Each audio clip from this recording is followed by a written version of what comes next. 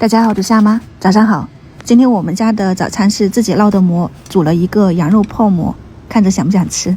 现在是早上的6点32分啊，是个大小不一的这种面团，我是刚刚从冰箱拿出来的，就这种状态，半斤的普通面粉，就250克，加一丢丢的酵母，不要放多了，可能0.5克啊啥的哈，你就不要放多，或者是你直接加入小苏打在里面。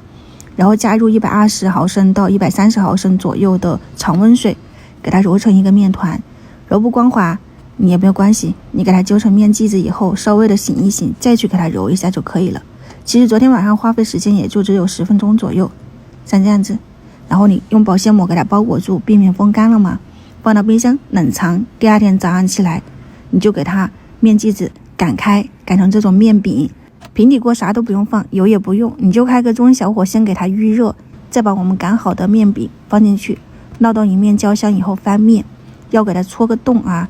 第一是方便它熟，第二就是不用让它鼓起来哈，就烙得不平整。这样子基本上也挺简单的，它也不算发面。如果是发面的话呢，是很蓬松的，那一点点酵母就是让这个死面吃起来稍微的宣一点，就松一点点哈。这个是最后一个大饼，看一下。我给你们掰开看一看哈，它里面是没有发起来的，但是你可以看到它的口感还是可以的。这个就是家庭里面的一个烙馍了，大家稍微参考一下。还好天气冷，不然这个手指头掰馍给掰没了。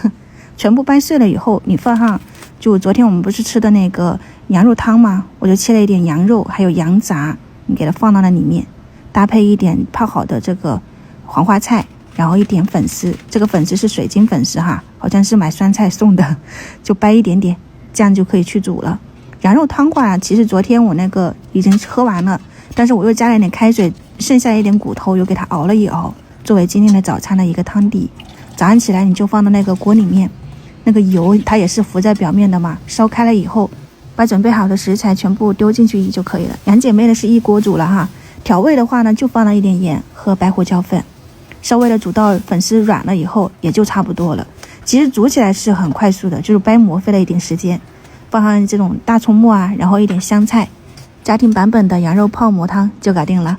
其实昨天就有朋友说今天的早餐肯定是那个羊肉粉丝汤，也差不多啊，就配了一个饼而已。他们先开吃，给他们切了一点橙子。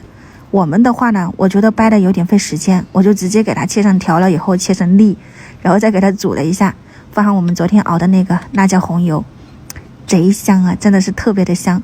我感觉比我们这边的外卖店里面的味道好很多很多，毕竟是花了那么多时间煮出来的啊。我们就先开吃了，祝大家生活愉快，晚上再见，拜拜。